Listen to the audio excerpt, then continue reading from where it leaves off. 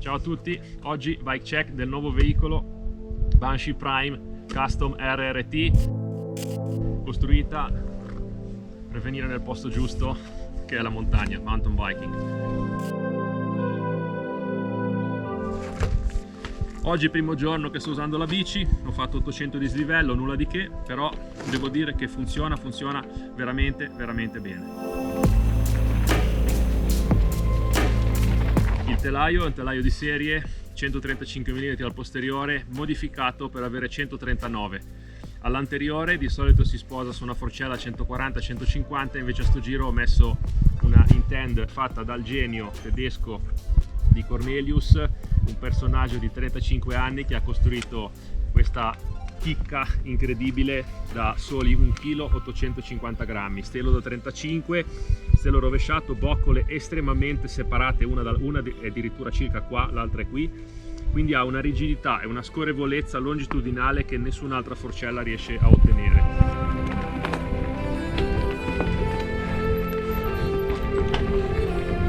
La bici così completa è 12,8 kg. Come si sa, il peso delle biciclette viene detto senza pedali, anche se questi pedali in particolare sono pedali che pesano veramente poco, perché sono i mallet da enduro in versione E11 con il perno in titanio, quindi stiamo parlando di 300-350 grammi, se non meno la coppia, pedali da 400-500 euro così in questa configurazione. Quindi ho parlato del peso della bici, 12,8, ho parlato della corsa posteriore, corsa anteriore, ancora un paio di chicche sul telaio. È un XL, chiaramente io sono 1,78, uso solo XL da sempre, 1,31 m di interasse ruote, 46 carro posteriore, 64 di sterzo usando una doppia angle set, visto che il Prime nasce con un 65,5 circa. L'ammortizzatore è un K-Creek, nuovissimo modello dell'inline, vediamo di farlo vedere un po'. Questo ammortizzatore è la versione Trunion dell'inline a molla, ha il climb switch chiaramente per andare in salita, quadriregistro doppio tubo, alte e basse in compressione, alte e basse in ritorno, molla in titanio, questo giro da 400 libbre per me, sono 67 kg vestito e mi dà circa il 32% di sag che io calcolo all'asse posteriore, quindi il 32% di 139 mm per essere precisi. Visto che ho parlato della zona centrale, il cage di questo telaio è meraviglioso, è super rigido e i miei piedi si poggiano su questa bellissima E-Wings in titanio, a mio parere la migliore guarnitura che esiste in commercio, per il semplice fatto che pesa 399 grammi ma ha una rigidità e un'indistruttibilità che le altre guarniture in carbonio non credo che riescano a ottenere. Questa in particolare ha il power meter della Stages, costa un occhio della testa, ma mi ha permesso di capire e monitorare e vedere quanti watt spingo per andare in sti postacci della montagna dove si sbeccano ste rampe al 20, 30, 40, no 40 è impossibile, 20, 25, forse qualcosa al 30, qualche metro, ma di solito è 20, 25. Infatti uso, ve la faccio vedere così, una corona da 26 denti Black Spire made in Canada e accoppio tramite una catena KMC SL11 Gold da Pimp americano, accoppio una 946 11 velocità, in questo caso una E13, cassetta anche qui leggerissima. Rear Mac ho montato un XTR, il cambio forse uno dei più leggeri che ci sono, anche se costa il doppio dell'XT. Questa volta ho voluto veramente fare una pazzia con questa bicicletta. Poi per quanto riguarda il posteriore, visto che ho le ruote in mano, come mio solito su questo tipo di bicicletta monto le XXR 25, ruote della DRC da 1,4 kg scarso, canale da 25 interno, squisite, raggio testa dritta, piatto, CX-Ray, mozzi flangiati, sono una meraviglia, scorrono che è un piacere, sono leggerissime e rigidissime e sono in alluminio, tra l'altro costano anche poco per essere una ruota di questa categoria.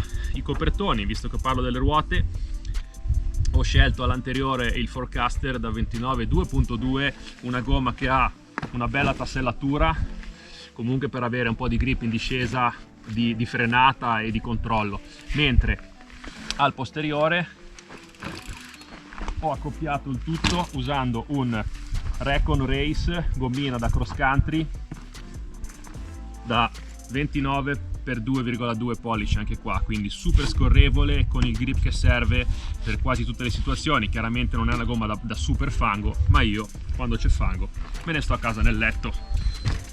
670 grammi al posteriore di gomma e 680-690 all'anteriore, con 1,4 kg di masse rotanti. Come ho detto prima, tutto questo contribuisce a avere una bici che pesa 12,8 kg senza pedali. Altri componenti, fondamentale bike yoke, il top di gamma Revive 2.0, in questo caso un 31,6 con 125 di escursione, perché secondo me più escursione di 125 non serve assolutamente, soprattutto per andare in montagna, anzi anche in discesa, visto che quando lo abbasso ce n'ho d'avanzo. E vale sempre lo stesso discorso, la sella inclinata leggermente in avanti, perché quando io sono in salita almeno mi va in piano, è abbastanza scarrellata, nonostante che il telaio sia molto verticale di tubo, quindi un telaio magnifico per la salita. Tra l'altro è estremamente rigido di carro, il mono è bloccabile, è parzialmente bloccabile con il climb switch. Questo bici qua in salita è un mulo, i watt vanno quasi tutti in ruota ed è molto bello vedere la non fatica, o meglio la fatica che dà però una velocità. Contrariamente con bici che pesano, copertoni grossi, tutto è contro la salita, no? Contro la pedalata. Invece qua si fatica ma si vede un risultato, è una cosa molto buona. Disgrazia, pizzo scalino dietro le piante, Monte Motta.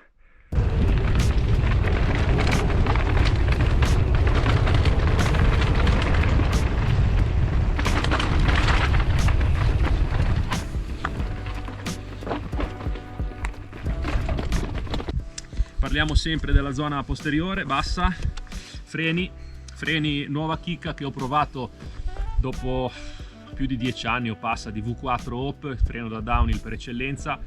Ho comprato gli Hope XCR, un frenino da 190 grammi con leva in carbonio che pesa veramente nulla. Bipistone, quindi non è due accoppiati, è uno per lato. Disco da 180 SL della Magura per contenere i pesi, con viti in titanio. Visto che tocco questa zona, asse Carbon T, viti in titanio sul telaio, c'è veramente di tutto per tenere bassi i pesi in questa bici. Anche all'anteriore, sempre il solito Hope XCR, con disco da 180 perché chiaramente ce n'è d'avanzo, e una chicca delle leve che sono veramente belle. Sono in carbonio e danno un feeling veramente rigido. Il poppante a sto giro è radiale, però devo dire che frenano veramente bene per essere così leggeri.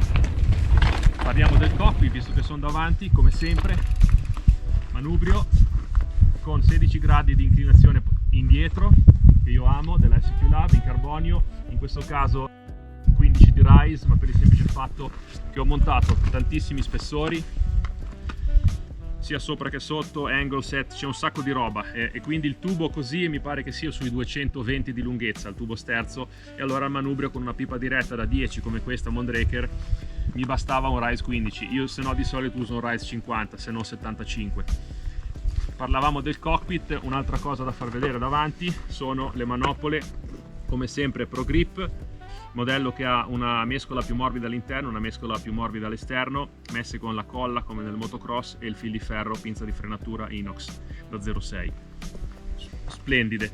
Quindi davanti ho detto quasi tutto, manca ancora una cosa che è il Brighton, nuovo ciclocomputer che uso da pochi mesi. In questo caso è un modello 420, che è il modello di punta di quelli non cartografici completi come il 750, squisito, mi fa vedere i watt mentre vado, cosa ripeto che è da poco che sto facendo, è da poco che mi dà uno scrollone morale, perché vedo veramente quanti watt sparo in quelle salite maledette e capisco che il mountain bike è un bel mazzo, non perché ero stanco ma perché lo leggo dai watt.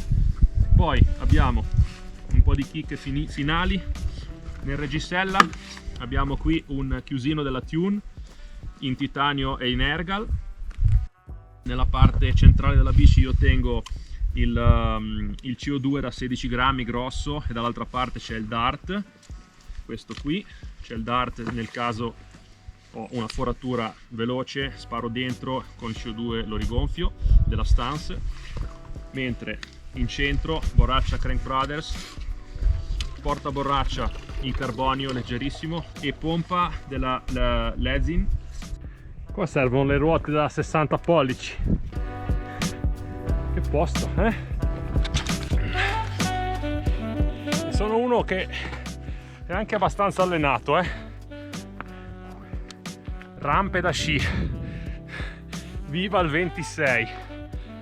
2002 salendo per 2,4 autunno, e bici meravigliosa, leggerissima, va su con piacere, dai.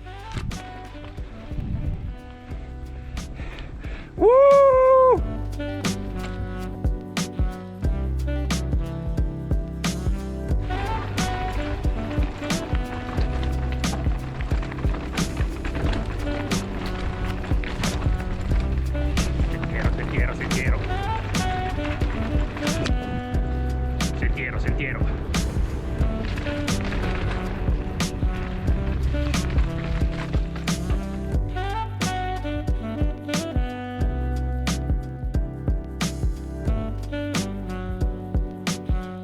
Questo era il bike check.